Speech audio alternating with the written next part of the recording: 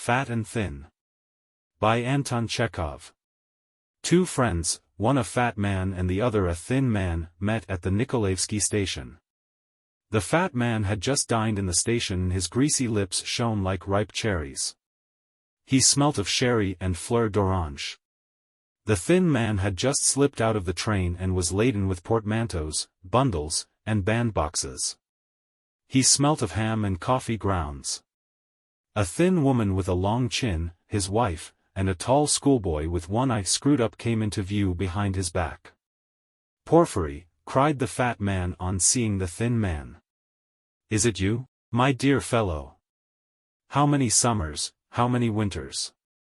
"Holy saints," cried the thin man in amazement. "Misha! The friend of my childhood. Where have you dropped from?" The friends kissed each other 3 times, and gazed at each other with eyes full of tears. Both were agreeably astounded. "My dear boy," began the thin man after the kissing. "This is unexpected. This is a surprise. Come have a good look at me. Just as handsome as I used to be. Just as great a darling and a dandy. Good gracious me. Well, and how are you? Made your fortune? Married? I am married, as you see. This is my wife Louise, her maiden name was Vansenbach, of the Lutheran persuasion. And this is my son Nathanael, a schoolboy in the 3rd class. This is the friend of my childhood, Nathania. We were boys at school together." Nathanael thought a little and took off his cap. "We were boys at school together," the thin man went on.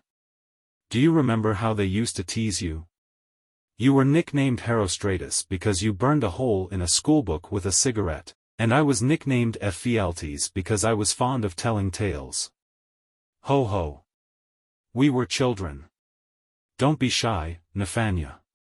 Go nearer to him. And this is my wife, her maiden name was Vansenbach, of the Lutheran persuasion." Nathanael thought a little and took refuge behind his father's back. "Well, how are you doing, my friend?" the fat man asked, looking enthusiastically at his friend. "Are you in the service? What grade have you reached?" "I am, dear boy. I have been a collegiate assessor for the last 2 years and I have the Stanislav. The salary is poor, but that's no great matter. The wife gives music lessons, and I go in for carving wooden cigarette cases in a private way. Capital cigarette cases. I sell them for ₹1 each. If anyone takes 10 or more I make a reduction, of course. We get along somehow. I served as a clerk, you know, and now I have been transferred here as a head clerk in the same department. I am going to serve here. And what about you? I bet you are a civil counselor by now." "No, dear boy, go higher than that," said the fat man. "I have risen to privy councillor already. I have 2 stars. The thin man turned pale and rigid all at once, but soon his face twisted in all directions in the broadest smile. It seemed as though sparks were flashing from his face and eyes. He squirmed, he doubled together, crumpled up. His portmanteaus, bundles and cardboard boxes seemed to shrink and crumple up too. His wife's long chin grew longer still. Nathanael drew himself up to attention and fastened all the buttons of his uniform. "Your Excellency, delighted. The friend, one may say, of childhood, and to have turned into such a great man. He. Come, the fat man frowned. What's this tone for? You and I were friends as boys, and there is no need of this official obsequiousness. Merciful heavens, Your Excellency. What are you saying?" sniggered the thin man, wriggling more than ever.